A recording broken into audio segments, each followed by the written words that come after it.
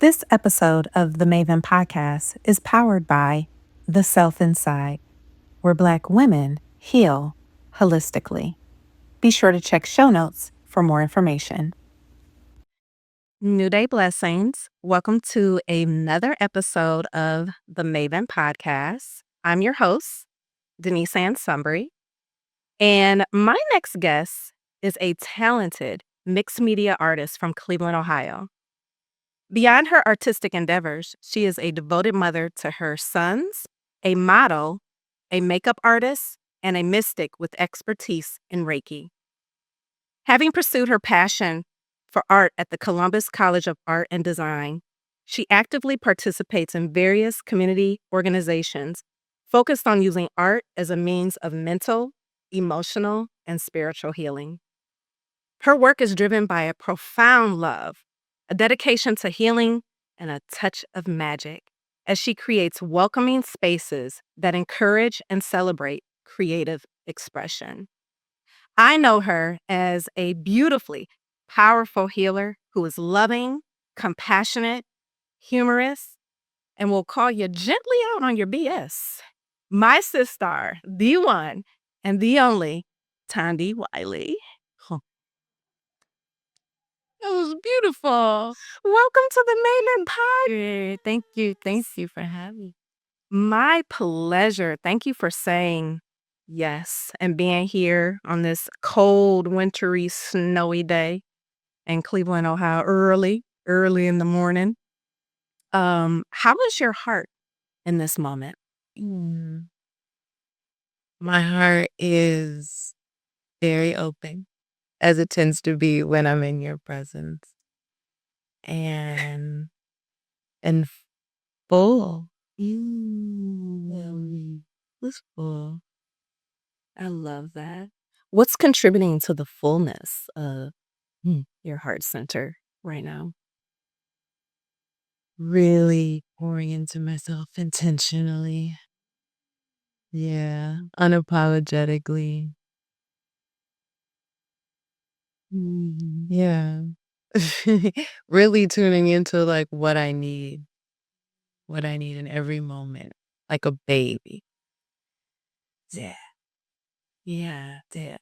That self-prioritization and devotion to self, I'll say it every chance I get, is a game changer.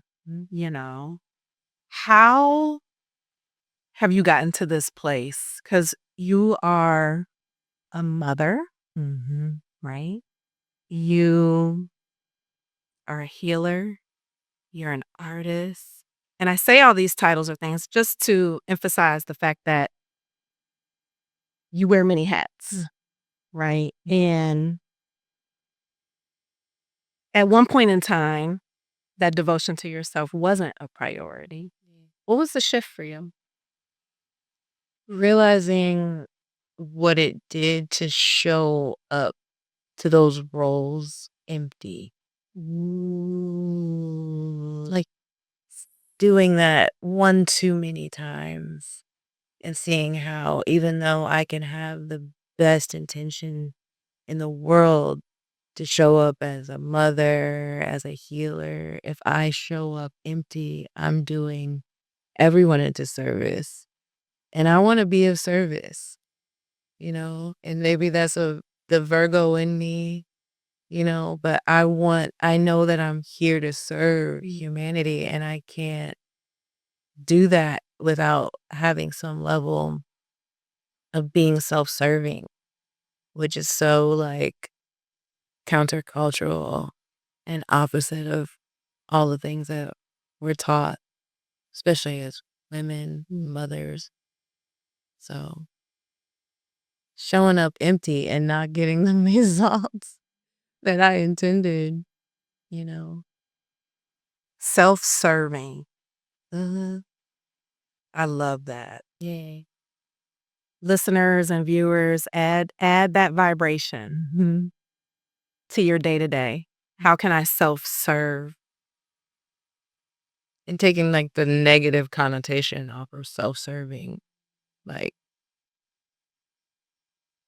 Which is back with, I think, first and foremost, the vibration of guilt.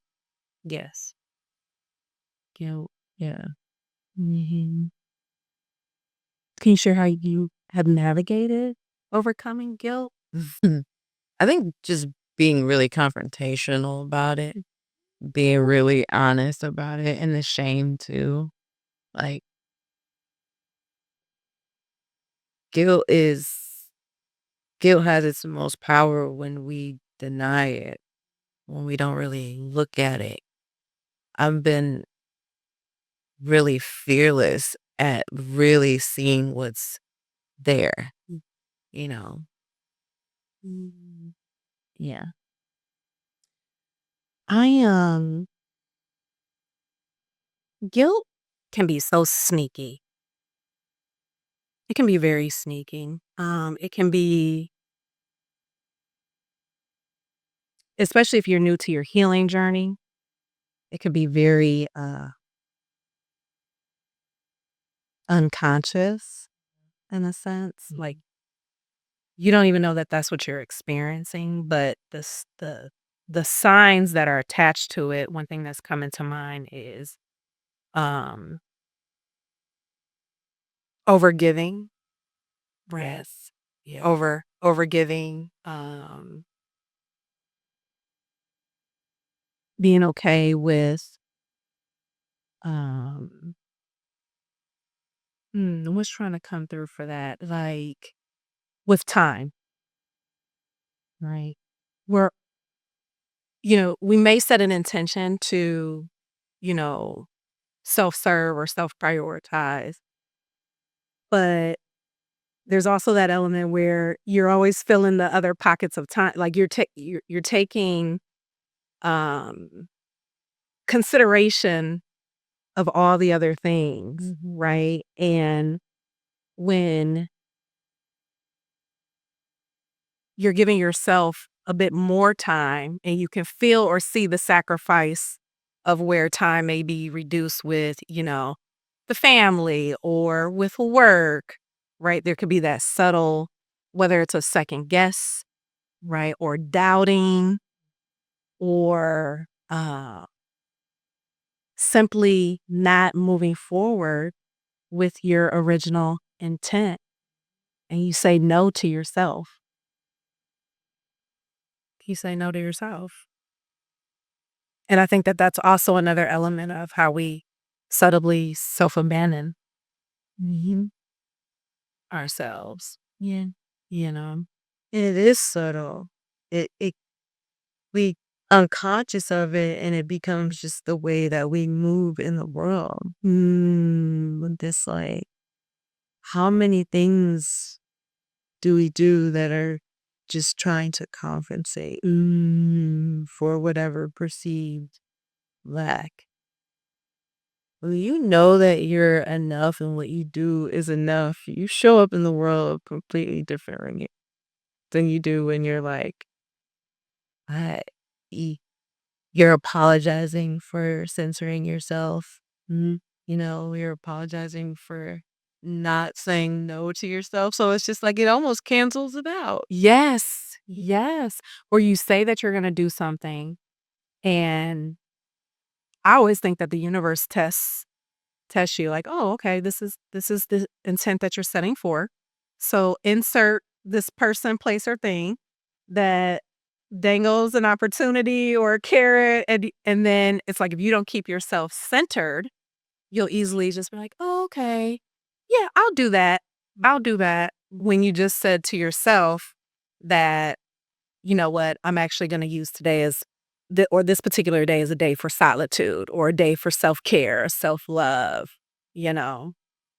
What's We your go back on our word on ourselves. hmm what's your commitment level? How strong is your conviction? How strong is your devotion to yourselves and to meeting your needs? Because then what happens is our needs don't get met, and then we're mad at everybody else that we want to meet our needs. Like this. Hey there. Thanks for being here. We are truly getting warmed up in this conversation. But first, let's take a few moments to hear a word from our sponsor. My name is Latanya Franklin, and I am the founder of The Self Inside. The Self Inside is a space for Black women to heal from intergenerational trauma and racism. Yes, my table and everything is black, but any and everybody is welcome. Because what I believe in is that with this new year that's coming up, we don't know what's ahead of us these next 4 years. And so my goal is to make sure we are all grounded. We're all grounded. We're in our right state of mind so we can take care of ourselves and our communities. We provide individual therapy, we provide Reiki sessions, uh, educational workshops, as well as support groups. So check us out. And that just brews a variety of other Harvard emotions. I know for me, in complete transparency, you know, anger stirs, resentment stirs, right? And, old world, I know that in that space, would project because I'm like, me, right? How can I shift the environment outside of myself to, what little Denise is seeking as far as a need or support? And I think that's one of the beautiful things with the healing journey. It forces you to turn the arrow inward, right? It is absolutely, it has everything outside of yourself that is stirring, um, you know, an emotional tether, pleasant and unpleasant. But when we talk about doing shadow work, right? Doing the real work, um, it's really everything outside of ourselves it's just a mirror to look in and commune with our spirit, our soul, our energetic fields at a mental, emotional, spiritual, and physical way and manner. Yeah. It's truly like understanding that everyone is a reflection of our inner world. Everyone. So if you have an issue with your external world, it's time to go inside deep and find what's aligned. Yes. You can't do that if you don't want to look at yourself. You know. You're caught up in the projections. Yeah. Everybody, I think when I was showing up empty, my reflections were reflecting back to me lack. Mm, You know, and now I see what I feel internally, which is bull. And now I feel like the next step is getting to the place where I'm only giving up my overflows. Yes, and everything else is mine. How does that feel to be in a space of giving from your overflow? Because a lot of people haven't experienced that, right? What does that feel like for you? It feels like this is the only way it was ever supposed to be, and it's the only way that it ever can be. Because what happens is if you have a gift and you're not giving to yourself first, you're not giving of your overflow, it feels more like a curse and it depletes you. And that's not, I don't think the divine's plan, you know, for our gifts. Our gifts are supposed to make room for us. They're supposed to provide for us so that we can serve. Yes. Not the other way around. And so now it's a joy to serve, because I'm not like, what about me? Yes. What about me? That's the inner child that's like pouting and resentful. Mm. No one wants those gifts from that space anyway. Yeah. Yeah. We're not called to sacrifice ourselves. I think that's the biggest thing I've had to reverse in my mind. There's no badge of honor. No. or sacrificing yourself.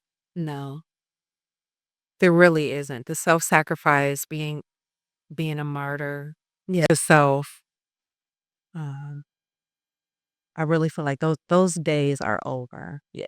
And if you continue, because the signs are there, right? So you speak about being of service and from being empty, right? What are the signs of that? Emotionally disconnected with self, first and foremost, Mm-hmm. right? Um,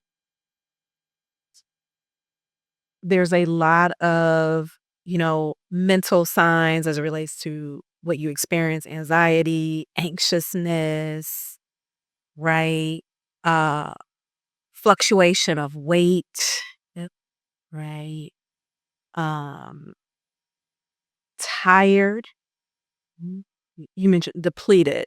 I think that's a very profound vibration, like literally depleted. Crawling energetically. Yes, temperamental, Mm-hmm. right? Like, and you show up with the mask, and externally, it's everything is great as well, right? But internally, these are the things that are happening, and a lot for me, speaking from experience, your emptiness. Anything to add to that? How emptiness has shown up? For you, emptiness for me has shown up like what you said, that mask, but then right underneath that mask is boiling rage and resentment. And I am mean. Oh my goodness. Let's get into it. Yeah. And Let- I don't like her. Let's get into it. Yeah. It's time to take the mask off, because at the end of the day, even these other reflections of ourselves, it's not about right, wrong, good, bad, or it just is, right? You either like it or you don't. And if you don't, then you make a shift and a change, Yeah. right? And I promise you, I just said to myself, first of all, I'm looking at anger right in the face, right in the eye. Okay. So there's this book called One Word, written by John Gorton, and it's a different tweak on not necessarily doing New Year's resolutions, but you pick a one word vibration that helps to anchor. I'm Denise, so I'm rolling with at least three vibrations. Right now I'm at two. Okay.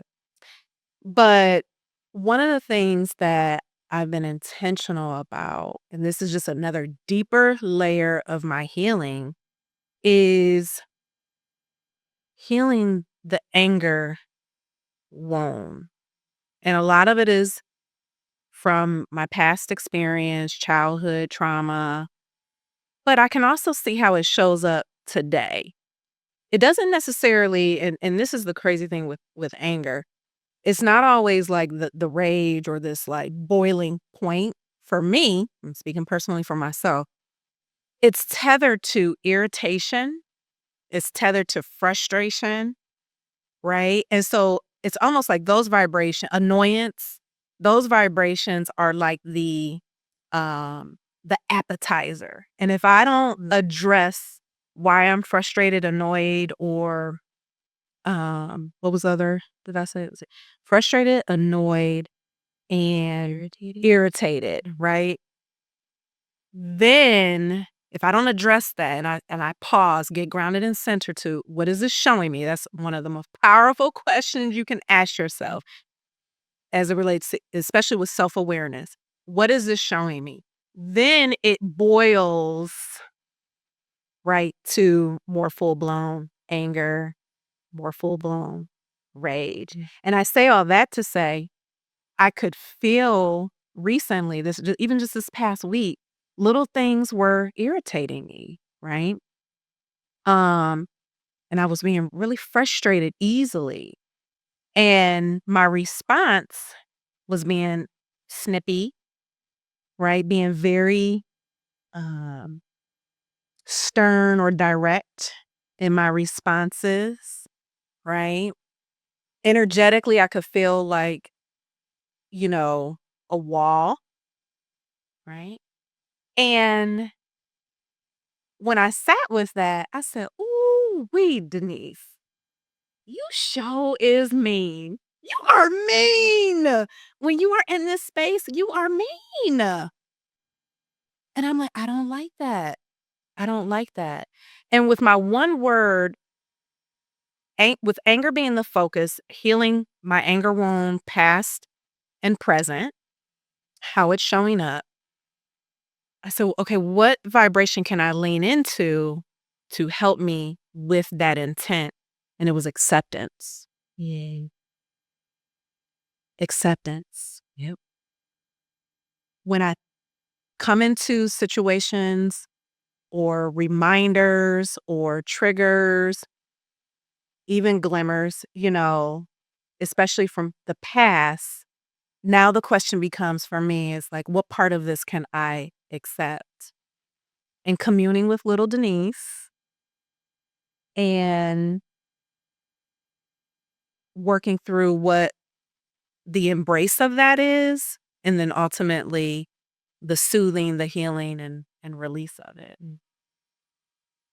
While also present moment, when I have those, you know, flutters, the irritation, frustration, annoyance, in that moment, I even ask myself, what can I accept here? Yeah. How can I accept? So I'm like, the universe, as soon as I've accepted that vibration of acceptance, the universe has been showing me things that I need to freaking accept. Yeah. Yeah. And sometimes you need to accept the anger in that moment. That's valid. Yes. Anger is not an emotion to be pushed away or shoved away. It's just an energy. And we place meaning on what anger means. We tell the story of what anger means. Sometimes it's valid.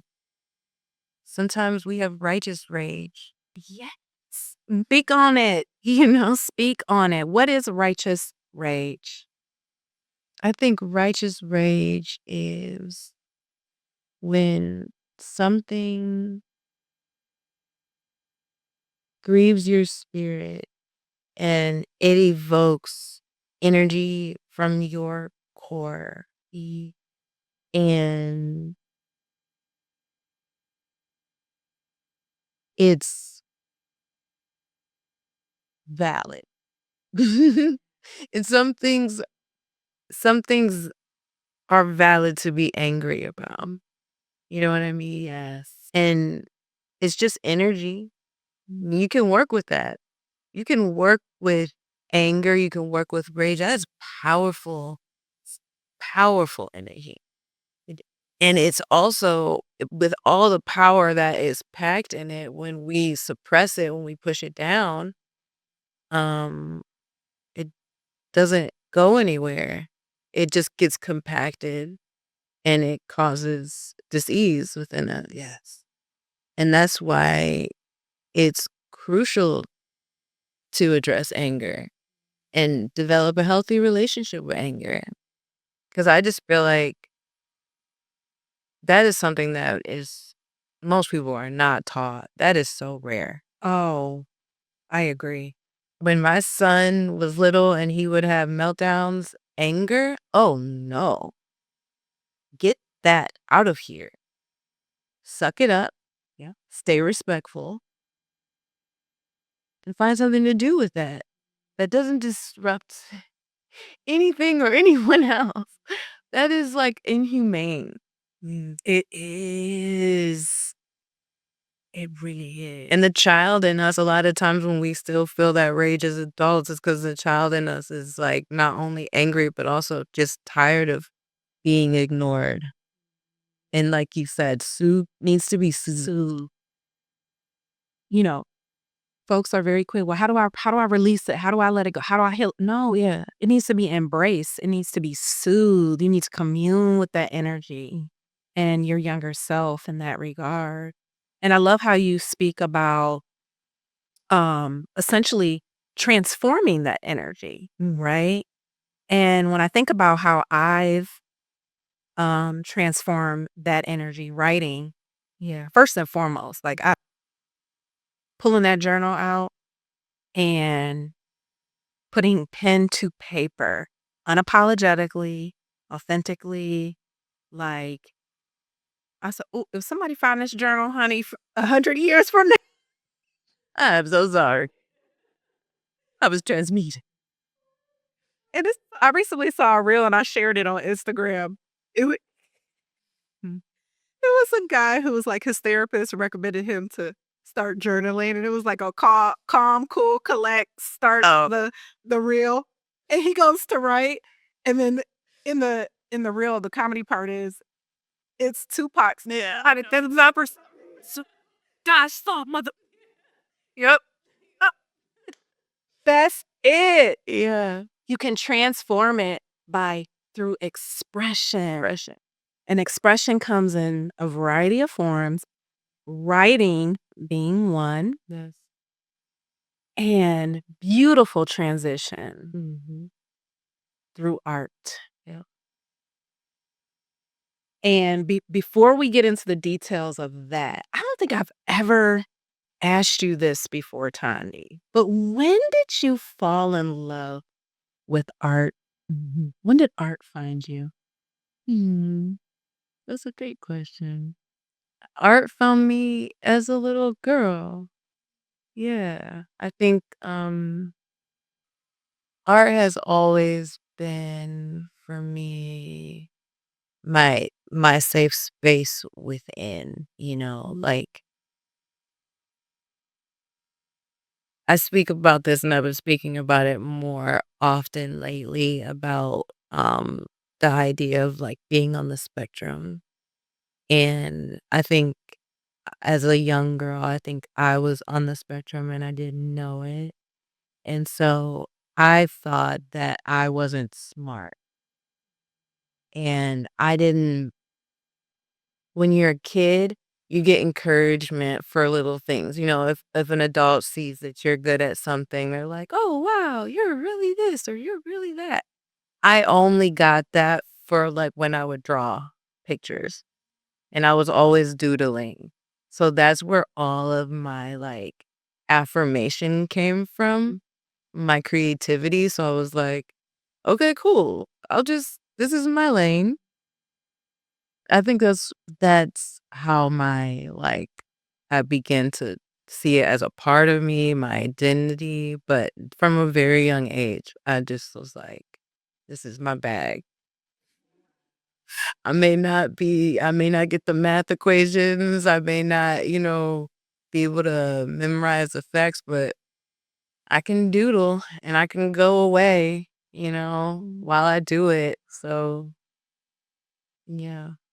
Do you or does your mom have like art pieces from your childhood? I'm sure she does. I'm sure. When's the last time you like seen those? Ah, it's been a minute. It's been a minute, but like, yeah, because I've always been drawing. I used to draw myself with little boys when I was 7. Mm. So then I started realizing, oh no, like, am I creating my reality through my art? I used to draw twin boys, and my younger two, everybody always thinks they're twins. And not to mention your first son is My basically twin. your twin, Yeah. right? Okay. Mm-hmm. Yeah, I used to draw them in when I was younger. So I would get journals and I would use them as sketchbooks. And then as soon as I put something in it, I would go show my parents, So yeah, I vividly remember drawing my sons at 7. Yeah. Yeah. Which is crazy to think about. But it's been a minute. I don't know. I haven't I I collect my work myself. So I have work from like high school, but that's probably like the oldest stuff I still had. I can only imagine with your personal art, like for you to be able to see the evolution Mm-hmm. of it through today. And I'm most curious about was there a pivotal point or turning point where your artistry became a primary healing tool for you? Yeah. Yes. Yes. And I think it was after I started to become conscious that I was in a way manifesting my reality for my art when I became conscious, because we talked about earlier about anger and transmuting anger. So that's what I was doing with my art. I was putting a lot of pain and anger into my art. But then I started realizing, like, I just painted a portrait of myself broken, and I've been staring at this painting for years, and I still feel very much in that energy. So what would it look like for me to begin to paint myself whole? What would that do for me? And I think that's when I started intentionally using it as a healing tool. I think I always was, but I wasn't conscious. You know what I mean? And I started realizing, like, you keep looking at these paintings where you poured all your pain, and in that moment you got it out of you, but now you're looking at it all the time. And it stays in your energetic field, and it becomes a focal point. And so in a sense, it keeps you keeps you within that energetic space. Yes. And I can look and I can say, oh, wow, you got that emotion out onto a canvas. That's beautiful. But yeah, very much a part of the story. It's like for the same reason that vision boards can be so impactful. It works in the reverse. Absolutely, no. So I was like, well, let's be intentional about it then. Even if you know, you still feel like you're in that energy, envision what it would be like to embody wholeness. Paint that. And I did. I did. I painted myself coming back together, and I created that, you know? I did that. Yes. I did that. And so, like, that's why any creative, if you can learn to use that tool for yourself first, right? Turn that gift inward and let it serve you. How does it feed you first? Yeah. It changes the game when you wanna impart something like that to someone else. And speaking, I know recently you had your first art show, and this was through your first residency Mhm. at Poplight Mhm. CLE. Yes. Yeah. Can you share a little bit about? Thank you for tuning in to part 1 of this comforting conversation with the Tondi Wiley. If anything said in this episode has stirred within your spirit or resonated, be sure to share your thoughts and comments. We'd love to see them. And if you don't already, please subscribe to the Maven Podcast, as next week we'll be diving into the vulnerability as a creative, inner child connection, mothering while healing, and empowerment through art. So you don't want to miss the continuation of this very beautiful conversation. See you next week.